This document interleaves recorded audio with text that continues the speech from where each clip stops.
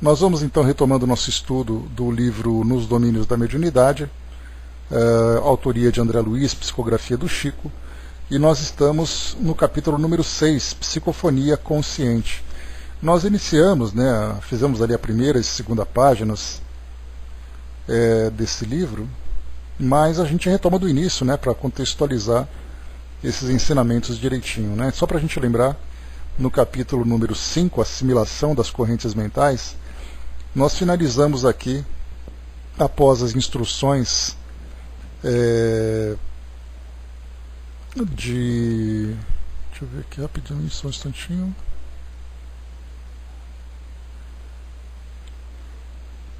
Só um instantinho, pessoal. Tá. Nós pegamos aqui as instruções de Aulus, para André Luiz e para Hilário, e aqui foi trazido para nós sobre aquelas questões do nosso pensamento, das influências espirituais, da construção do nosso próprio pensamento, daqueles pensamentos que são nossos, daqueles pensamentos que vêm da influência do meio onde nós nos encontramos e as influências que chegam do plano espiritual. E Aulus explicou aqui para nós no final, ele até usou uma expressão aqui um tanto contundente, que ele falava que o nosso pensamento é quase parasitário, porque aquilo que o ambiente à nossa volta vai então nos instigando em determinada linha de pensamento, a gente para de pensar por nós mesmos e pensamos naquilo que é o pensamento coletivo, então geralmente acontece isso. E aí então falando aqui sobre a questão da mediunidade, ele disse que é um dom inerente a todos os seres, como a faculdade de respirar, e cada criatura assimila as forças superiores ou inferiores com as quais sintoniza. Por isso mesmo, o Divino Mestre recomendou-nos oração e vigilância para não cairmos nas sugestões do mal, porque a tentação é o fio de forças vivas a irradiar-se de nós, captando os elementos que lhes são semelhantes e tecendo assim, ao redor de nossa alma, espessa rede de impulsos, por vezes irresistíveis. E aí então chamou a atenção para que o trabalho fosse feito enquanto estudava e trabalhava. Estudemos e trabalhando. Estudemos trabalhando. O tempo utilizado a serviço do próximo é bênção que entesouramos em nosso próprio favor para sempre. André perguntou ali, na hora que não peguei porque estava escrevendo, mas alguém falou em apometria? Não, a apometria é aquela técnica de desobsessão utilizada por algumas correntes espiritualistas, mas não, que inclusive não faz parte das práticas doutrinárias, mas é um tema que precisa ser estudado também. Já chegamos a comentar sobre isso naqueles nossos pingafogos que nós fazíamos de sexta-feira. Mas vamos lá. Psicofonia consciente. O próprio título, então, bastante sugestivo. Não existe, é uma prática nova, que inclusive, Andréia, quando nós falamos em apometria, ela é vista de um modo bastante equivocado por muitos espíritas. Nós vemos vídeos, palestras, textos que são escritos, trazendo de uma forma bastante equivocada uma opinião parcial e não conhecendo de fato qual é essa prática. E como eu sempre digo, tudo aquilo que diz respeito à comunicação com o mundo espiritual e que se torne uma ferramenta de auxílio, deve ser conhecida e estudada.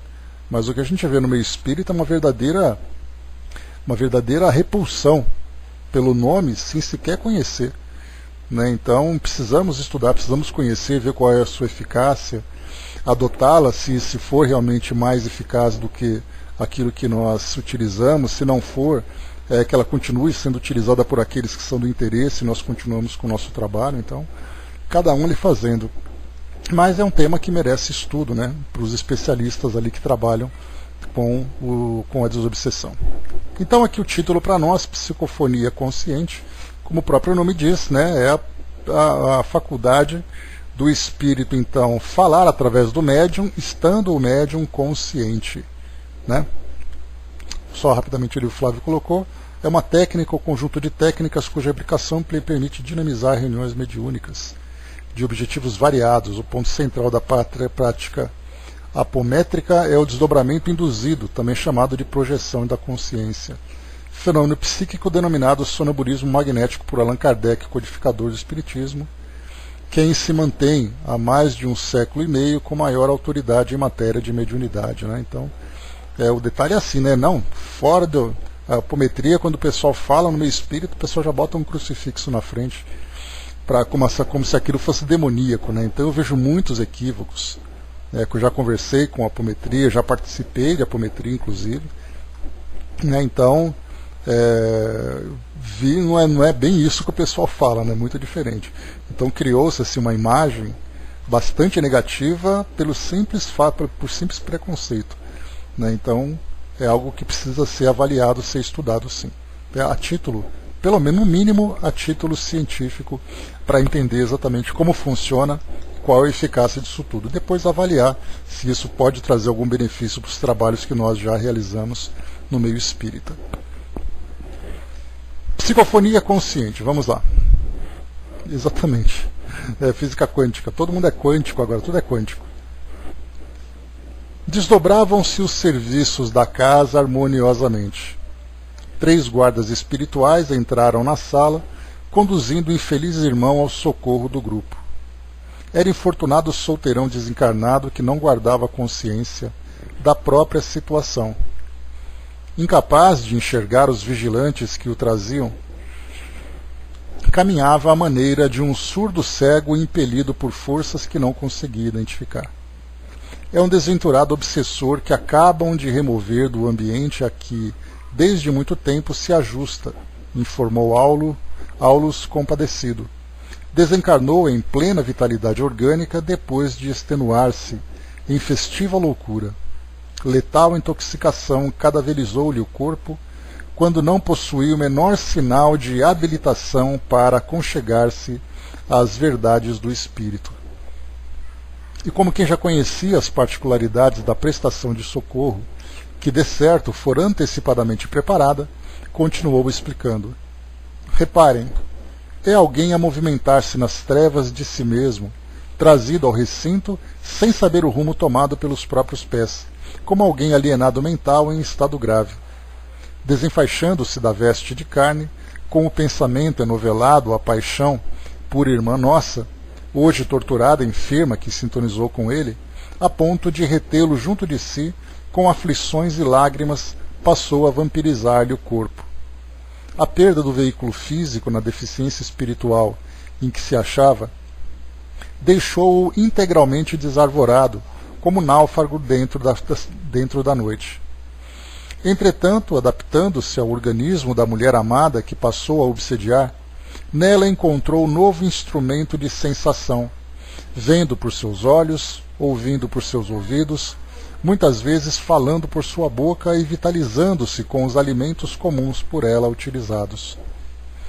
Nessa simbiose vivem ambos há quase 5 anos sucessivos. Contudo agora a moça, subnutrida e perturbada, acusa desequilíbrios orgânicos de vulto. Por haver a doente solicitado nosso concurso assistencial, somos constrangidos a duplo socorro, para que se cure das fobias que presentemente a assaltam como reflexo da mente dele, que se vê apavorado diante das realidades do espírito, é necessário o afastamento dos fluidos que a envolvem, assim como a coluna abalada pelo abraço constringente da era reclama limpeza em favor do ajuste. Então, nós analisamos, né, essa situação dessa simbiose, dessa conexão profunda entre o espírito e a encarnada, né, a ponto do espírito praticamente se sentir encarnado através dela, devido às sensações que ele conseguia captar a partir do organismo dela, e ela então, tendo uma mente submetida à condução desse espírito, né, então na verdade ela era submissa à condução, à força, à vontade desse espírito, ela então vivia em função dos interesses dele, negligenciando sua própria saúde física e também sofrendo as interferências na sua saúde mental, porque a perturbação dele, como desencarnado, era transferido para a mente dela como encarnada, e também biologicamente o corpo dela sofria essa desnutrição, já que ele se utilizava do corpo para a busca de sensações, e não para a promoção de saúde. Eis então aqui, depois de 5 anos, ela vai a um grupo espírita, e aí então, né, como nós estudamos nos atendimentos fraternos, são muitos os caminhos que levam uma pessoa a chegar no centro espírita. Então ela busca por vontade própria, ela busca por um conhecido, alguém que a convida para fazer esse tratamento. No caso, por exemplo, dos atendimentos fraternos que nós fazemos no espiritismo.net, é um ponto pacífico nós sempre indicarmos a busca de um centro espírita, seja para o estudo, seja para a assistência necessária, enfim, cada um ali tendo o seu motivo, né? Então aqui, seja por qual caminho for, essa irmã então foi em busca dessa assistência nesse centro espírita. Lá então eles já perceberam, né, como sempre acontece, que não apenas o encarnado recebe assistência, mas também o desencarnado. Então é um trabalho duplo que é feito. No caso dos encarnados, né, são vários os recursos que são colocados à disposição. Então, como por exemplo, né, o processo de desobsessão propriamente dito, nós temos a evangelioterapia, nós temos ali o tratamento fluidomagnético, nós temos também os estudos que são realizados, a indicação para trabalhos assistenciais, enfim, são várias as indicações para que o encarnado então possa retomar, né, o seu equilíbrio, inclusive a indicação para assistências extra centro espírita, como é o caso de médicos, psicólogos e outras atividades, né, outros ramos da nossa sociedade que podem ajudar. E ao espírito, por sua vez, vem ali inicialmente o esclarecimento através da incorporação e depois a condução por parte dos trabalhadores desencarnados do plano espiritual para a devida assistência, né? Seja num posto de socorro, seja num afastamento mais restritivo. Nós vimos, inclusive, lá no livro Memórias de um Suicida, naquela torre de vigia, onde lá no alto ficava então o espírito que havia sido suicida e que, por sua vez, depois se tornou um obsessor, chefe de um grande grupo que levava muitas pessoas a esse desequilíbrio, né? Então ele foi constrangido naquele caso. Então cada um sendo ali levado para o seu destino e não apenas esse afastamento, né? Rapidamente ali a Angelina colocou, né, apometria e animismo de J.S. Godinho, né? Lembrando que Godinho é presidente da Federação Espírita Brasileira, então está ali a indicação também, né? Deixa eu ver, tá. E continuando. Nesse ínterim, os condutores, obedecendo às determinações de Clementino, localizaram o sofredor ao lado de Dona Eugênia. Então nós lembramos que Dona Eugênia era ali aquela médium bem instruída, com uma envergadura moral valiosa, que tinha ali uma lista de bons serviços prestados junto ao plano espiritual. Era a médium então que foi designada para a assistência a esse espírito sofredor pela incorporação. O mentor da casa, nesse caso o irmão Clementino, né, aproximou-se dele e aplicou-lhe forças magnéticas sobre o córtex cerebral, depois de arrojar vários feixes de raios luminosos sobre a extensa região da glote. Então, estimulou nesse caso o glote, né, naquela região da garganta, para que ele então pudesse se comunicar. Notamos que Eugênia alma, ou seja, Dona Eugênia aqui, a desencarnada, né? Então, Eugênia alma, Eugênia espírito. Aqui nesse caso é feito então uma separação de terminologias para trazer para nós uma maior clareza, né? Kardec inclusive fala sobre isso na introdução do Livro dos Espíritos, diferenciando o espírito de alma. Então ele diz para nós ali que alma, nesse caso, nós consideramos o espírito encarnado. E quando nós falamos em espírito, nós tratamos, na verdade, daquele que é desencarnado, apenas convencionando os termos para facilitar o nosso entendimento, né? Então, Dona Eugênia, alma, ou seja, ela como espírito, então, encarnado, afastou-se do corpo, mantendo-se junto dele, a distância de alguns centímetros, enquanto que, amparado pelos amigos que o assistiam, o visitante sentava-se rente, inclinando-se sobre o equipamento mediúnico, ao qual se justapunha a maneira de alguém a debruçar-se numa janela.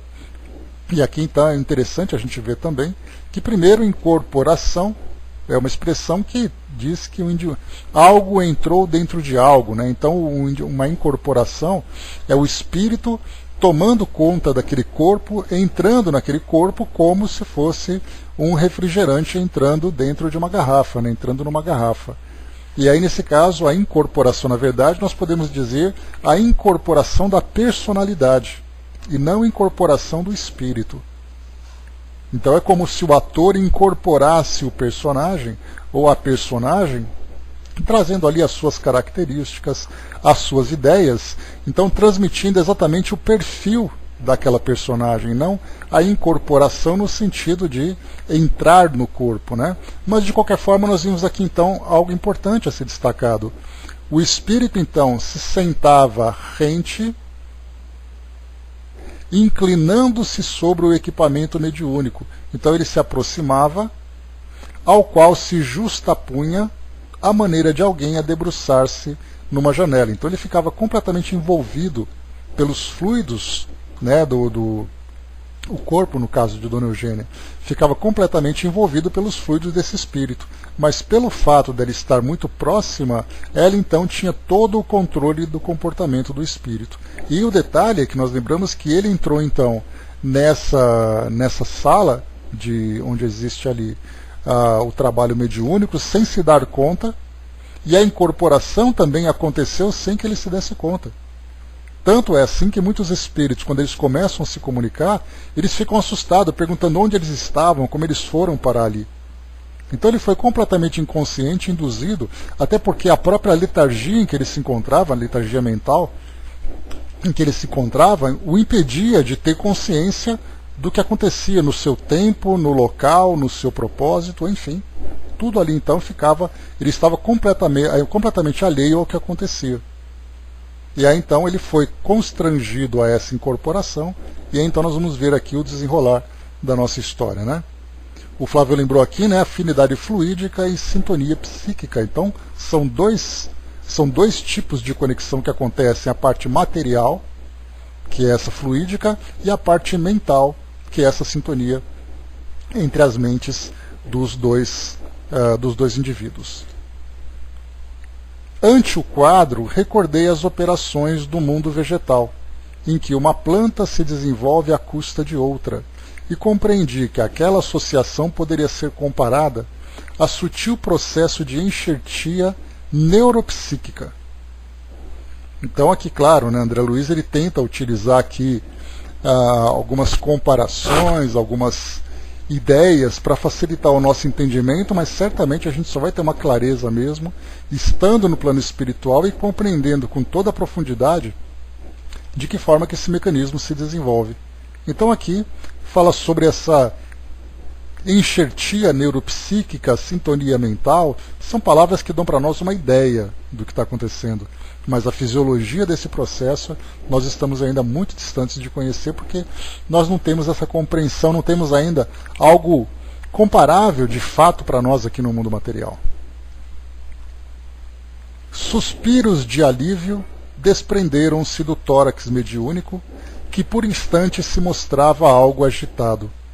Então, assim que houve a incorporação, rapidamente ali houve, né, aquela rápida agitação, então teve aquele suspiro de alívio, e aí então houve aquela calmaria, né? Pois é, Braz, ainda tem isso, né? O vocabulário ainda era limitado porque para ideias novas havia necessidade de palavras novas, né? Então ele procurava utilizar aquele vocabulário. Observei que leves fios brilhantes ligavam a fronte de Eugênia, desligado do veículo físico, ao cérebro da entidade comunicante. Então, na verdade, aqui era um processo inverso. Quando nós temos uma obsessão, são fios que saem da mente do obsessor ligados à mente do encarnado. Naquele processo, né, de simbiose, causando praticamente ali uma hipnose. Aqui era o contrário. Então era assim, de uma mente superior, moralmente, envolvendo esse espírito. Então poderia dizer que seria ali um processo obsessivo inverso, em que a mente dela controlava a mente desse espírito com um propósito nobre, né? Enquanto que no processo obsessivo há um propósito destrutivo. Flávio lembrou, né, para imaginar esse alívio, né, preso num quarto fechado, com ar ruim, e de repente abre a porta e você vai para a janela arejada, passa a respirar melhor. Né? Então, essa é a diferença, esse é o detalhe que a gente pode colocar, né, Flávio? E depois diz ainda, né, por que eu lhe dirigisse um olhar de interrogação e estranheza, Auro explicou prestimoso. É o fenômeno da psicofonia consciente, ou o trabalho dos médiuns falantes. Embora senhoreando as forças de Eugênia, o hóspede enfermo do nosso plano permanece controlado por ele, a quem se emana pela corrente nervosa, através da qual estará nossa irmã informada de todas as palavras que ele mentalize e pretenda dizer. Então ela começa a primeiro captar o pensamento dele, já antecipando aquilo que ele vai dizer. Então ela pode estabelecer aquele controle.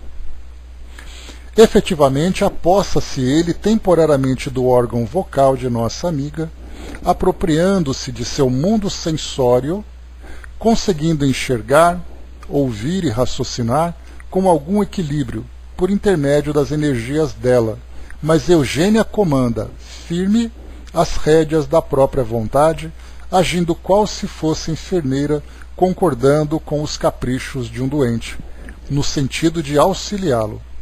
Esse capricho, porém, deve ser limitado, porque, consciente de todas as intenções do companheiro infortunado, a quem empresta seu carro físico, nossa irmã reserva-se o direito de corrigi-lo em qualquer inconveniência. Ontem nós estudamos sobre a lei de liberdade, onde aquele que é menos disciplinado é mais constrangido e restringido, e aquele que tem disciplina tem liberdade para agir.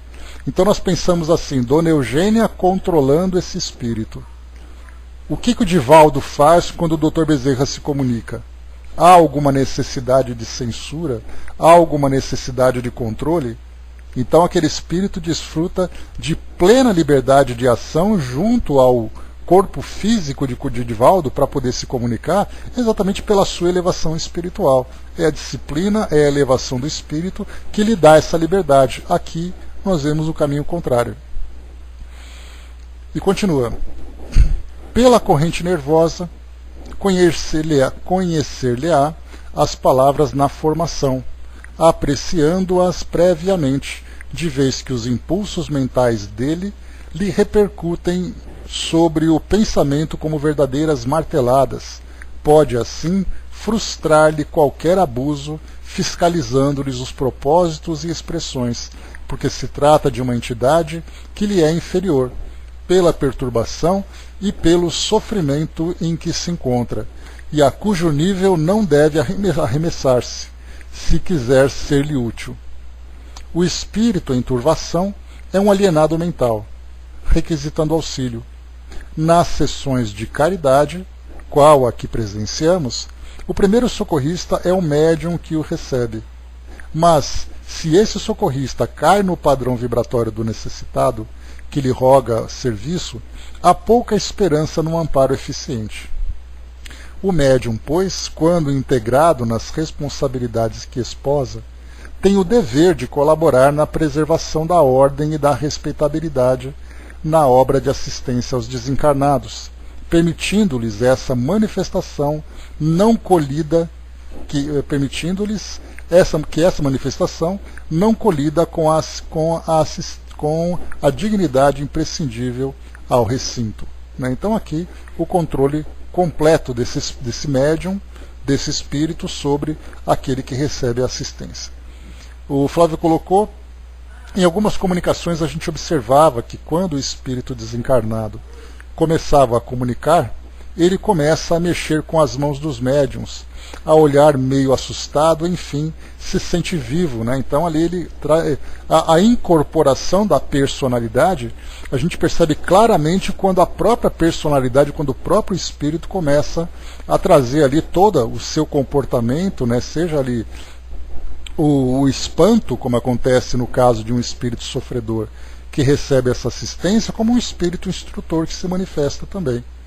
A gente vê claramente, né, quantas e quantas vezes a gente já viu isso, o Dr. Bezerra de Menezes, quando ele incorpora, então, junto a Divaldo, e ali então no vídeo a gente percebe a mudança radical, não apenas na expressão física de Divaldo, mas também nas ideias e na serenidade com que o espírito então se comunica.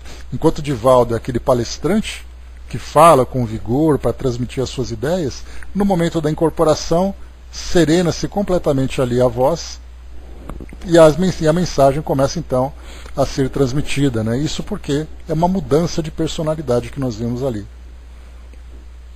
O Brás colocou: na possessão, o obsediado perde toda a sua personalidade, né? A obsessão muito mais profunda, a gente viu isso, que é realmente ali o espírito que conduz, nesse caso,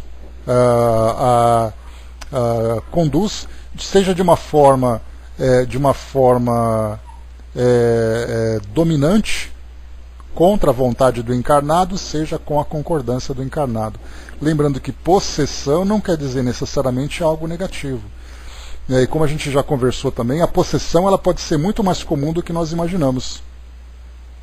Chegamos a comentar sobre isso, né? Quantas vezes nós encontramos trabalhos mediúnicos que duram horas. E nesse caso nós podemos imaginar, por exemplo, que o espírito do instrutor, do trabalhador espiritual, num processo de possessão, controla o corpo do médium, enquanto o médium simplesmente se afasta para outros afazeres. Não fica ali, por exemplo, durante 4, 5 horas ligado àquele espírito sem fazer nada. Então, às vezes a gente, do nosso lado, parece algo muito raro. Do lado do plano espiritual, isso pode ser muito mais comum do que a gente imagina. Então, possessão não significa necessariamente algo negativo. Geralmente a gente valoriza muito mais o lado negativo, mas positivo também.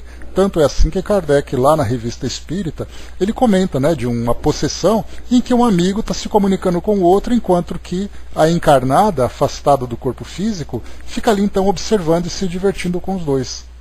Não é algo negativo, né? Então, tem sempre essas duas perspectivas que nós devemos observar. Bom dia, Vanessa. Bom dia, Osmar. Vamos lá, continuando. Então, alegou Hilário, nesses trabalhos o médium nunca se mantém a longa distância do corpo. Sim, sempre que o esforço se refira a entidades em desajuste, o medianeiro não deve ausentar-se demasiado. Com um demente em casa, o afastamento é perigoso, mas se o nosso lar está custodiado por amigos cônscios de si, podemos excursionar até muito longe, porquanto o nosso domicílio demorar-se-á guardado em segurança. Então, o que é colocado aqui nesse trecho, para vocês que chegaram agora, a gente está fazendo só a recapitulação do que foi estudado no nosso encontro anterior, no início aqui desse capítulo número 6. Aqui nesse trecho, ele tem aqui algo importante, né? No caso, ele traz aqui uma analogia. Se existe um demente em casa, ou seja, alguém que traz ali uma limitação intelectual incapaz, que o incapacita de tomar decisões equilibradas dentro do lar. Nesse caso, há necessidade de uma vigilância constante. Mas se dentro de casa nós temos ali alguém de confiança, não há nenhum problema você se afastar e ir lá para fazer suas coisas, você ir trabalhar e deixar a chave de casa com um amigo de confiança. Por isso então ele coloca, né? Assim acontece também no caso da incorporação. Então ele diz assim de novo: sempre que o esforço se refira a entidades em desajuste, o medianeiro não deve ausentar-se demasiado. Aí ele traz a analogia. Com um demente em casa, o afastamento é perigoso, mas se o nosso lar está custodiado por amigos cônscios de si, podemos excursionar até muito longe, porquanto nosso domicílio demorar-se-á guardado com segurança. Então olha a comparação que ele faz, tratando aqui da nossa residência, né? No concurso aos irmãos desequilibrados, nossa presença é imperativo dos mais lógicos. Então a presença é fundamental. Fitou Eugênia preocupada e vigilante ao pé do enfermo que começava a falar e sentenciou: se preciso, nossa amiga poderá retomar o próprio corpo num átimo. Acham-se ambos num consórcio momentâneo, em que o comunicante é a ação, mas na qual o médium personifica a vontade.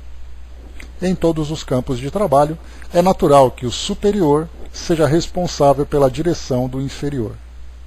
André colocou, né? Então é por isso que não é aconselhável a incorporação ou sessões em casa, né? Não é nem isso o caso, André, que foi colocado aqui. O que ele traz para nós é que sim, né, os trabalhos mediúnicos feitos em casa, eles não são recomendáveis exatamente por essa falta, até mesmo da proteção fluídica, vibracional, a gente já estudou sobre isso, da complexidade que é essa preparação, essa higienização e a proteção do ambiente, o que acontece no centro espírita e não em casa. Mas a gente lembra que muitos trabalhos foram feitos em casa, por exemplo, na época do Chico. Né? Então, mas nesse caso você falava de um médium que tinha ali uma alta competência e mais da assistência espiritual de todos. Né? Então, não é necessariamente por isso, né? Por causa dessa, porque o médium tendo controle, ele pode simplesmente ali controlar o espírito, né? Envolvê-lo ali num controle mental tranquilamente, né? Mas em circunstâncias normais, onde você tem médiums comuns, um trabalho rotineiro, né? E certamente a residência não é o local para isso. O visitante passou a destra pela face num gesto de alívio e bradou transformado: Vejo, mas por que encantamento me prendem aqui? Que algemas me afivelam a esse móvel pesado? Então ali mais ou menos a gente já falou também sobre aquele campo fluídico, né, que prende o espírito, que atrai o espírito ao corpo do médium, né? Então por isso ele sofre essa restrição. Mas a gente percebe que quando ele passa a mão no rosto, já é então ali ele próprio, o próprio espírito que age ali no controle do corpo físico da médium, né? Dudu colocou, né, exatamente isso, né, a higienização fluídica do ambiente que não gera bom trabalho ao médium, né, sem dúvida. Exatamente, né? Na verdade, Andréa, um dos mais favoráveis, ou aliás, um dos mais desfavoráveis a esse tipo de trabalho doméstico é Divaldo. A gente vê muito nas palestras dele dizendo que trabalho mediúnico não pode ser feito em casa. E ele é decidido por isso. E aí então a ideia que ele transmite é exatamente em virtude da segurança necessária para esse trabalho. Mas nós lembramos que no Livro dos Médiuns, Kardec várias vezes recomendava para as pessoas que o trabalho poderia ser feito em casa. Ele inclusive incentivava, né? Pois é, né, Dudu? Inclusive ele incentivava que as pessoas estudassem, treinassem em casa, por falta, né, de uma estrutura, de uma instituição que pudesse dar esse suporte.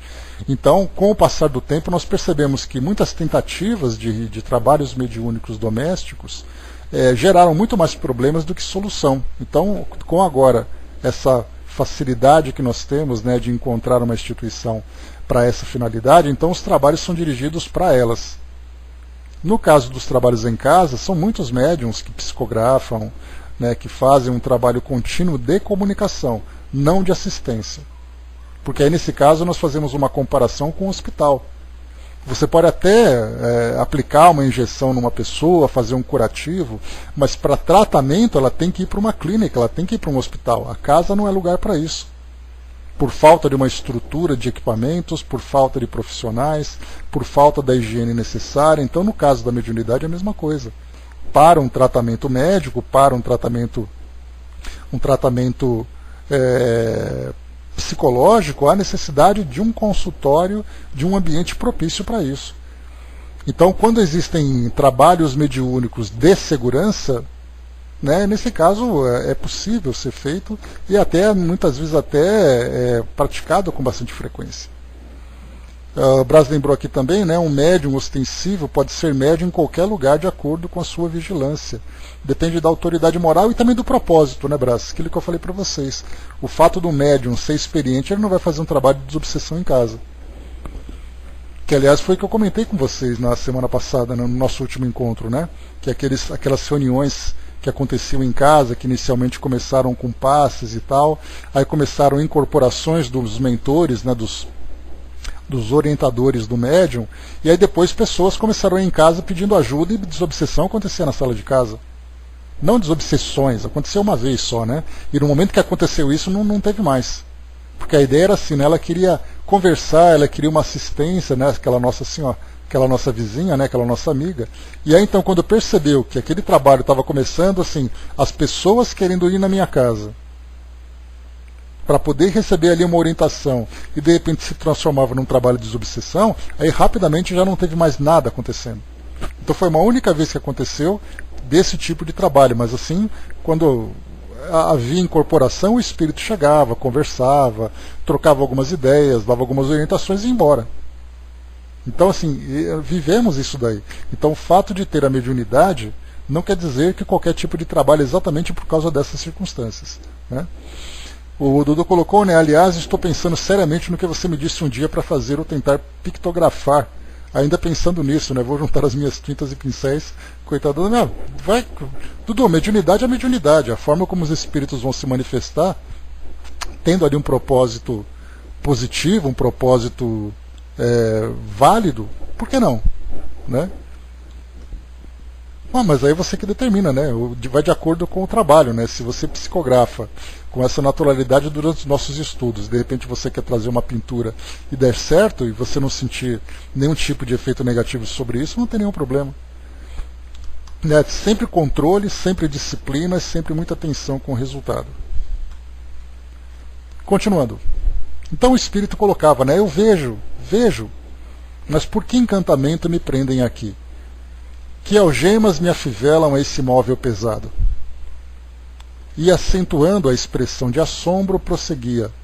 Qual o objetivo dessa assembleia em silêncio de funeral? Quem me trouxe? Quem me trouxe? Vimos que Eugênia, fora do veículo físico, escutava todas as palavras que lhe fluíam da boca, transitoriamente ocupada pelo peregrino das sombras, arquivando-as de maneira automática no centro da memória. O sofredor, disse o assistente convicto, ao contato de forças nervosas da médium, revive os próprios sentidos e deslumbra-se. Queixa-se das cadeias que o prendem, cadeias essas que em 50% decorrem da contenção cautelosa de Eugênia. Porta-se dessa maneira como um doente controlado, qual se faz imprescindível.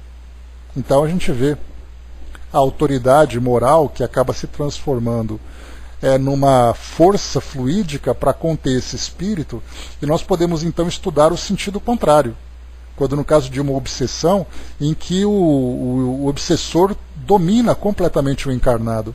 Então nós vemos ali uma briga de forças entre aquele que tem mais potência e aquele que tem menos potência. Nesse caso então é controlado pela vontade dela, já que existe essa ligação, e ele simplesmente ali fica constrangido. E se nossa irmã relaxasse a autoridade, inquiriu Hilário curioso, não estaria em condições de prestar-lhe benefícios concretos, porque então teria descido ao desvairamento do mendigo de luz que nos propomos auxiliar. Esclareceu o nosso instrutor com calma. E numa imagem feliz para ilustrar o assunto, ajuntou: um médium passivo, em tais circunstâncias, pode ser comparado à mesa de serviço cirúrgico, retendo o enfermo necessitado de concurso médico. Se o móvel especializado não possuísse firmeza e utilidade, qualquer intervenção seria de todo impossível. Mas nossa amiga está enxergando conscientemente a entidade que se lhe associa ao vaso carnal, com tanta clareza quanto nós? Perguntei por minha vez, atento aos meus objetivos de aprendizado. Aqui ele está perguntando se ela, nesse desdobramento, permitindo que o espírito se comunique, se ela tem a mesma clareza do quadro que acontece nesse bastidor espiritual que eles que estão desencarnados. Porque ela continua encarnada, embora em desdobramento. E aí então Aulus explica. No caso de Eugênia, isso não acontece, porque o esforço dela na preservação das próprias energias e o interesse na prestação de auxílio, com todo o coeficiente de suas possibilidades, não lhe permitem a necessária concentração mental para surpreender-lhe a forma exterior. Entretanto, reproduzem-se nela as aflições e os achaques do socorrido. Sente-lhe a dor e a excitação, registrando-lhe o sofrimento e o mal-estar.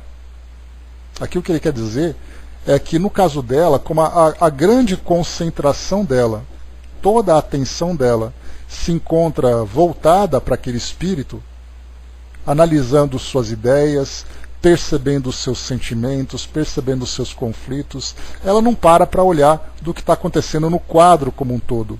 O foco dela é aquele ali. É como se fosse aquele cientista prestando atenção no telescópio, olhando o que acontece naquela lâmina, sem perceber o que acontece à sua volta. O foco dele é ali. Então ela tem que se concentrar naquele trabalho. Diferentemente, detalhe importante, quando nós estudamos nos capítulos anteriores a apresentação desse grupo de médiuns, dessa equipe, desse grupo espírita, foi colocado então 4 médiuns. Um desses médiuns, que era um jovem, ele era muito disperso. Então ele se deslumbrava, ele ficava em desdobramento, ele olhava para o plano espiritual, ficava ali encantado. Não tinha muita concentração ainda no trabalho propriamente dito. Esse era um médium que não estava ali capacitado, credenciado para prestar esse tipo de assistência. Exatamente ainda pela dificuldade que ele tem de focar no trabalho. Então, por isso, os médiuns mais experientes. Então, um detalhe importante que a gente deve destacar é quando nós falamos sobre o médium experiente, não é aquele médium apenas que nós vemos pelas práticas, pelo trabalho que ele realiza, mas é por aquilo que não é percebido pelos encarnados. Porque enquanto nós pensamos assim, ela está ali sentada, o espírito está falando, e ela mentalmente está controlando. Na verdade, a parte dela, nesse tipo de trabalho assistencial, que é estar ali em desdobramento, controlando o espírito, prestando atenção no que ele está falando, é algo que geralmente a gente não percebe. A gente só vê o corpo do médium ali parado, achando que a coisa se resume ali. Mas é a experiência fora daquilo. Isso ninguém percebe. Então é essa, sentindo o que ele sente, pensando o que ele está pensando, controlando tudo isso. Alguém precisa ter maturidade psíquica e moral para fazer isso. É a experiência de vida que faz o espírito ficar assim. Não basta você pegar um jovem e botar o cara ali para ficar 5 anos estudando mediunidade e depois colocá-lo num trabalho mediúnico se ele não tem experiência de vida para lidar com isso. Esse é o detalhe importante. Então a experiência do médium é o trabalho que ele faz frequente na instituição, a experiência de vida, a sabedoria, os valores e essa capacidade como espírito de lidar com a situação. Flávio colocou, né, a consequência da mistura entre fluidos entre médium e o comunicante, né? Então faz com que haja essa transmissão tão intensa desses detalhes que nós observamos. Então ele sente inclusive, né, o sofrimento e o mal-estar. Ao passo que se dilatava a nossa conversação,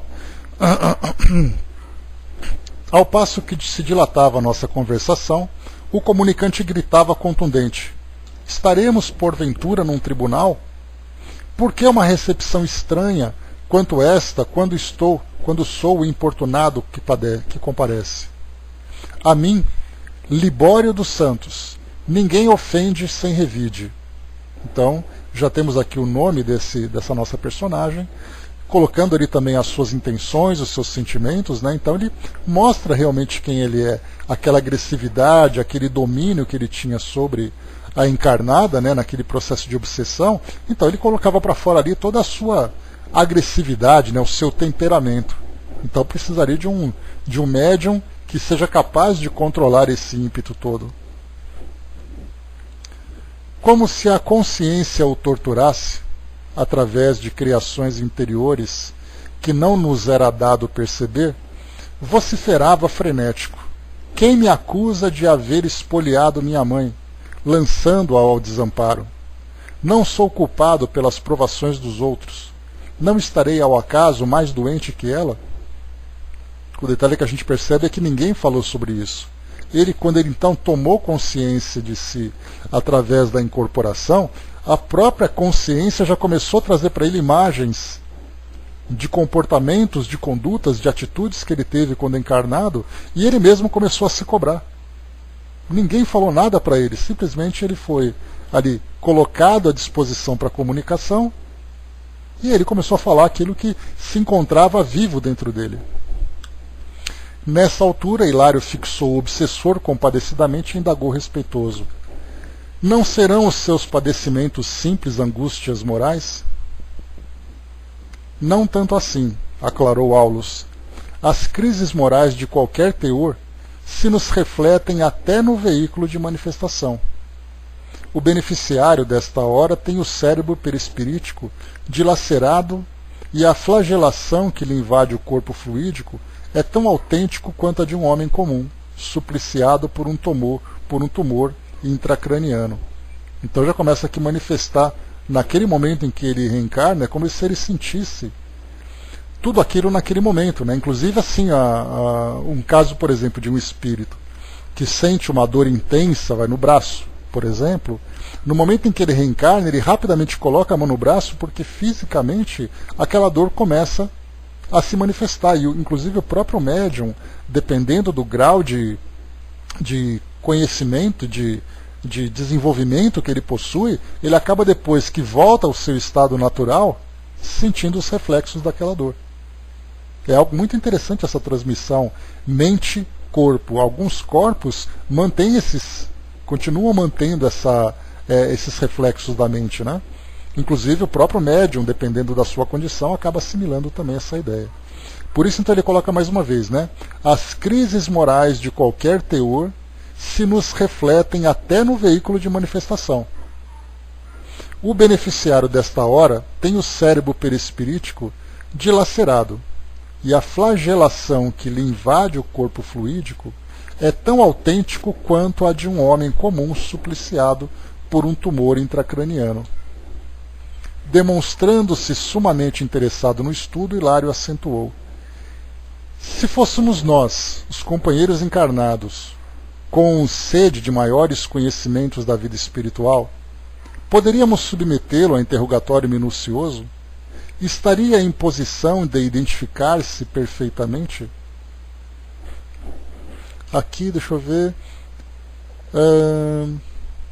Aqui nesse caso eles colocam, né, se eles fossem então os encarnados e quisessem conhecer um pouco mais sobre a realidade do espírito, sobre a realidade do mundo espiritual que esse espírito vivencia, poderíamos submetê-lo a interrogatório minucioso? Ele estaria em posição de identificar-se perfeitamente, ou seja, perguntar para ele quem você é, de onde você veio, ele estaria em condições de responder tudo isso? Aulus abanou levemente a cabeça e considerou: nas condições em que se encontra, o cometimento não seria viável. Estamos abordando apenas um problema de caridade, que se reveste, porém, da mais elevada importância para a vida em si.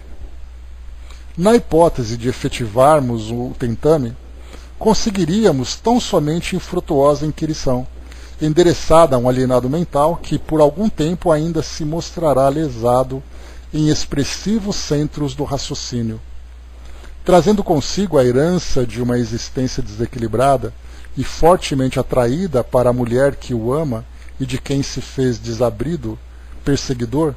A nada aspira, por agora, senão a vida parasitária junto à irmã, de cujas energias se alimenta. Envolve-a em fluidos enfermiços e nela se apoia, assim como a trepadeira que se alastra e prolifera sobre o muro. Somando tudo isso ao choque oriundo da morte, não temos o direito de esperar dele uma experiência completa de identificação pessoal. Aqui, o que nós temos também, fazendo uma comparação, porque esse espírito aqui já é reconhecido que ele não apresenta qualquer condição. Mas nós lembramos que nas entrevistas que Kardec realizava, tanto na Revista Espírita como no livro Céu e Inferno, a presença dos instrutores espirituais auxiliava esse espírito a trazer com mais clareza suas ideias. Tanto é assim que nós lembramos que nos Criminosos Arrependidos, naquele capítulo do Céu e o Inferno, Kardec entrevistou um indivíduo que há poucos dias tinha sido guilhotinado. Então, assim, o que você sentiu na hora? Ele trazia detalhes do que ele sentia. Então a gente via que ele, por si só, pelo grau de perturbação em que ele se encontrava, ele não era capaz de trazer nenhum tipo de informação que tivesse ali uma linha de raciocínio sólida.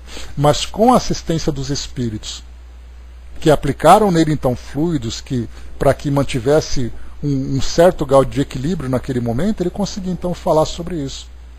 Então aqui nesse caso, como não era o propósito de instrução, no caso de Kardec era, por isso então os espíritos se esforçavam para tentar extrair dessas entidades o máximo que elas poderiam oferecer, inclusive ampliando através desses recursos fluídicos, ajudando a manter o equilíbrio, a serenidade naquele momento de comunicação.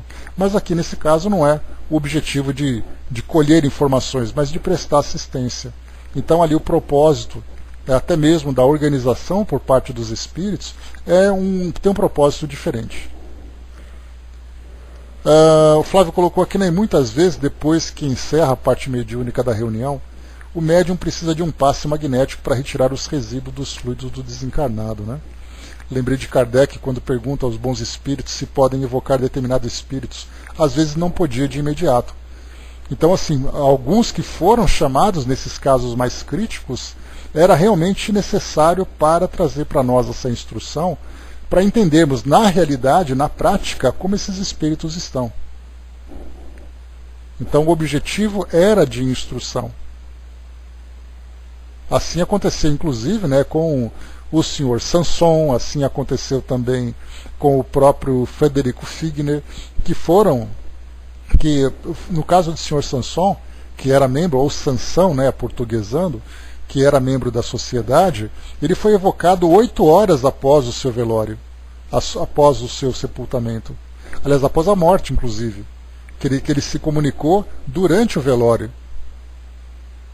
Ali durante o sepultamento, na verdade. Né? Então, ele trouxe ali rapidamente, então ele falava que ele estava sendo assistido, que era ali o apoio que ele estava tendo para falar o que ele sentia naquele momento de fato. Então o objetivo era trazer a instrução. Então para isso foram mobilizadas forças que geralmente não são mobilizadas numa condição normal de assistência a um espírito assim.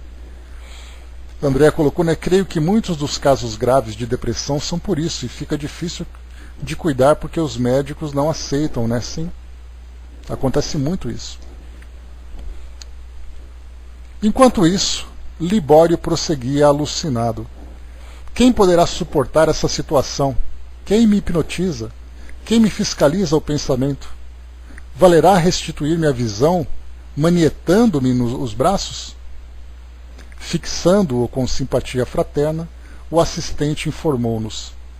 Queixa-se ele do controle a que é submetido pela vontade cuidadosa de Eugênio. Ruminando as indagações que nos esfervilhavam a alma, Hilário objetou. Consciente a médium qual se encontra, e ouvindo as frases do comunicante, que lhe utiliza a boca assim vigiado por ela, é possível que Dona Eugênia seja assaltada por grandes dúvidas? Não poderá ser induzida a admitir que as palavras proferidas pertençam a ela mesma? Não sofrerá vacilações? Ou seja, né, naquela mistura de mente a mente, muitas vezes o espírito fala alguma coisa e de repente ela fala, ela acha que ela está falando, é aquela clássica confusão que existe, né, do animismo para aqueles que iniciam aquele processo de desenvolvimento mediúnico. Então você psicografa alguma coisa, ou tem através da psicofonia alguma ideia que é transmitida, e o médium então, muitas vezes consciente daquilo que ele está falando, ou semiconsciente, ele já não tem certeza se aquilo que ele disse ou escreveu é uma ideia dele ou do espírito.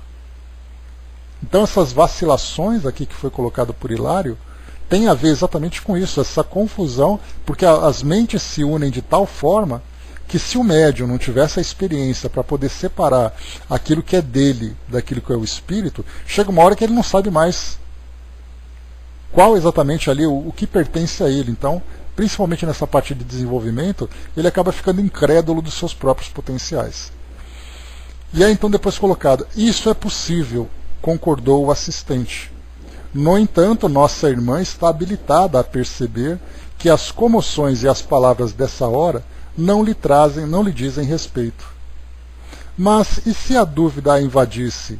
Insistiu meu colega.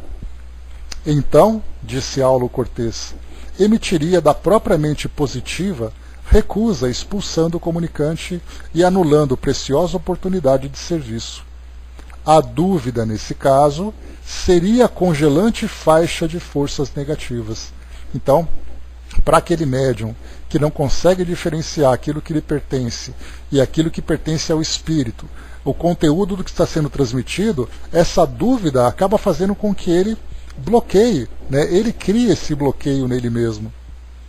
Muitos médiums param cursos, param esses trabalhos porque eles não acreditam que eles são capazes de fazer isso, de ter ali um trabalho produtivo. E muitas vezes até existe, nós já chegamos a falar sobre isso, quantas vezes dirigentes de trabalhos mediúnicos acabam colocando, né, disseminando essa ideia da dúvida no próprio médium, bloqueando-o para um desenvolvimento maior. Ele traz ali uma mensagem, aí o dirigente olha e fala, isso aqui não está muito claro se é seu ou não.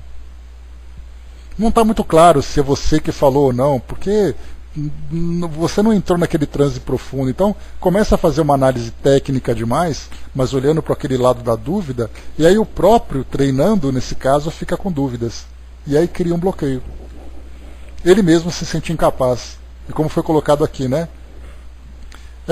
Emitiria da própria mente positiva a recusa, expulsando o comunicante e anulando preciosa oportunidade de serviço. A dúvida, nesse caso, seria a congelante faixa de forças negativas. Deixa eu ver aqui. Flávio colocou, né, ainda penso que um psicógrafo inconsciente tem um grande valor para a autenticidade do comunicado. Né? No caso do inconsciente, né, Brás? É um transe profundo que ele acaba entrando. E nesse caso facilita mais ainda a autenticidade, a autentificação dessa mensagem. Agora, quando ele tem, por isso que a dúvida é quando ele fala, né? No caso do médium inconsciente, ele só vai perceber o conteúdo depois que ele volta ao seu estado de vigília, ao seu estado natural. No caso do médium consciente ou semiconsciente, a mensagem vai sendo psicografada e ele acompanha o conteúdo da mensagem. É aí que surge a dúvida. Porque ele sabia o que estava sendo escrito. E aí, então ele fica na dúvida, será que fui eu que escrevi? No caso do médium inconsciente, quando ele acorda, já está pronto o negócio. Ou quando foi falado, quando foi escrito, já está pronto. Então é uma segurança maior que se tem para a autenticidade da mensagem. O Flávio colocou, né, que é uma grande dificuldade nas reuniões de educação de mediunidade, né, para os dois lados, né, Flávio? Tanto para os dirigentes, como também para os treinandos, né? Os dois passam por essa dificuldade. Então, dirigentes bem treinados, bem preparados, são pacientes, sabem estimular, sabem orientar, sabem fazer ali, orientar os médiuns, nesse caso, para filtrarem aquilo que é deles, aquilo que é do espírito, né? Então é um trabalho interessante. Psicógrafo não é inconsciente, né? O termo correto é mecânico, né? Pois é, apesar de ser inconsciente, né, Flávio? Porque o mecânico ele não sabe o que está escrevendo. Ele vê a escrita acontecendo, mas ele não conhece o conteúdo. Então não é que ele fica apagado. Ele pode, nesse caso, ficar apagado ali, dar aquele branco, quando ele volta a coisa está pronta. Mas a consciência por si só, ele acaba não tendo, né? Deixa eu ver aqui. Tudo escrito ou falado numa mesa mediúnica diríamos, investimento ao médium, né? Só ele precisa disso para entender que foi ele que escreveu, mas foi um espírito que passou, né? Pois é, então ele tem que saber diferenciar. Ali no caso, o Flávio colocou também, né? Ele fica em vigília, a escrita acontece muitas vezes sem que o médium perceba o que está sendo escrito, né? Pois é, então, mas tem aqueles casos, né, Brás, né, o Flávio, em que o médium perde aquele momento, né? Já aconteceu isso, né? O próprio Dudu vivencia isso, também a Angelina também já passou por isso aqui na psicografia, quando percebe a mensagem já veio, né? E nós tivemos aquele caso que ficou bastante conhecido, daquelas cartas psicografadas por Chico Xavier, né? Comentei com vocês já naquele documentário que mostrava que era um juiz que estava ali, né, escrevendo ali, proferindo a sentença e tudo mais, E aí então ele ficou inconsciente por umas 3 horas. Quando ele acordou, folhas e mais folhas datilografadas, que ele só foi tomar conhecimento depois. Ele não sabe o que aconteceu nesse intervalo de 3 horas. Então ele perde realmente a consciência nesse caso, né? Então temos essa situação. Então ele pode estar consciente, pode estar inconsciente, pode ter conhecimento do que está acontecendo, ou pode não ter. Temos essas variedades, né? Continuando aqui, todavia, porque Raul Silva iniciara a conversação com o hóspede revoltado, o orientador amigo convidou-nos a melhor observar. Então aqui começou o trabalho de orientação espiritual, né? Que então era como chamado de doutrinadores ou de esclarecedores, né? Ou de assistentes. Em cada época, em cada grupo, nós temos ali uma denominação diferente. Então, nesse caso, o senhor Raul Silva, que era o dirigente encarnado desse trabalho, começou então o diálogo. E aqui nós veremos no nosso próximo capítulo, o número 7, socorro espiritual. E nós teremos aqui então uma descrição da assistência que foi prestada a esse espírito. Então, por enquanto, aqui nesse capítulo 6, aqui no nosso Psicofonia Consciente, era apenas ali o trabalho, né, de aproximação, de conexão entre espírito e o corpo físico, mais a observância do médium em desdobramento e tudo mais. Agora vai começar a parte